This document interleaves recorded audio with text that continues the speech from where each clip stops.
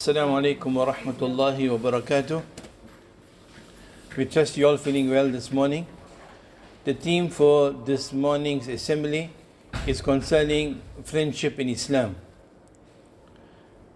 Alhamdulillah, Allah subhanahu wa ta'ala has given us guidance in various places concerning the various phases of our lives as well. Without doubt, we know that the people we associate with have an influence on us. Sometimes the company we keep makes us do that which is correct and right, and sometimes the company we keep influences us to do that which is wrong. Nabi sallallahu alayhi wasallam has given a beautiful example in the hadith where he mentioned that the example of a good companion and the example of an evil companion is like a person next to one who is selling musk, or next to a person who is working near the bellow of a furnace. If you are with the one who is selling musk, either you may want to purchase from there, or the person may give you something, or without anything at all, you'll return from there with a lovely fragrance just by being in the presence of that particular shop. On the other hand, if you are next to a person working next to a furnace or a fire, either you could get harmed or your clothes could get burnt. And if nothing happens at all, you'll return from there with a kind of odor that is not so pleasant. That is just by being in that kind of company. So this is how Nabi sallallahu alaihi wasallam has explained it. He said in a hadith as well that al-mar'u ala dini khalilihi, a person is upon the way of life of his close friend. فَلْيَنْظُرْ أَحَدُكُمْ إِلَى مَنْ يُخَالِلْ. So each one of you should be very careful about who you take as your close friend.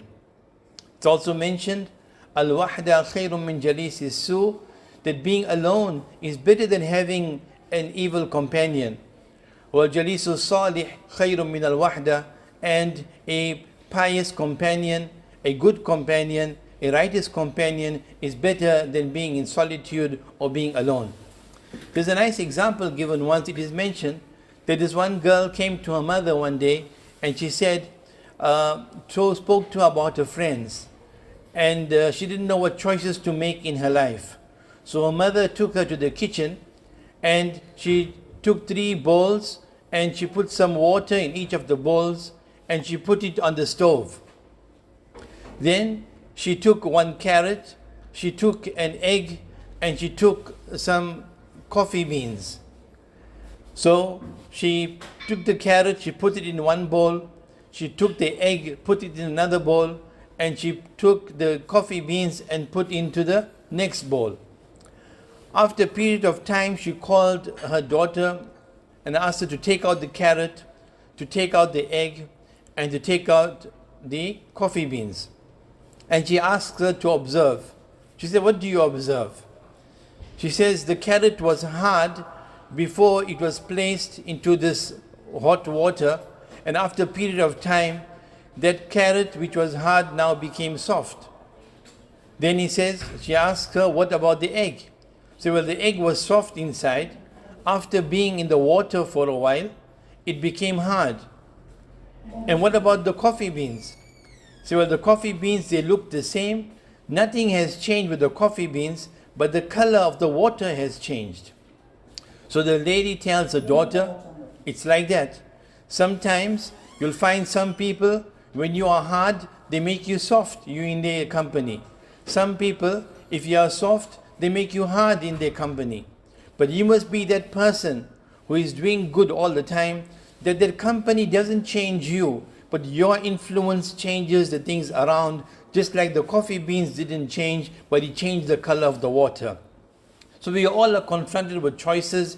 We get good friends, you get bad friends, friends who ask you to do that which is right, friends who ask you to try this first cigarette, take a puff here, let's go and do this thing that is wrong.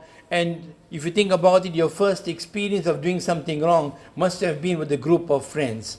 So let's be those good friends who would influence others to do the right thing. As the hadith mentions, we'll benefit from that. Ad-dalu ala al-khayri kafa'ilihi. The one who shows that which is good will get the sawab like the doer of it. So you showed your friend how to read salah. You told your friend not to speak lies. You told your friend not to cheat. You told your friend not to get involved in sin. By doing that, you will also get the thawab. Allah subhanahu wa ta'ala give us tawfiq to understand and make amal inshallah. Have a lovely day. Assalamu alaikum wa rahmatullahi wa barakatuh.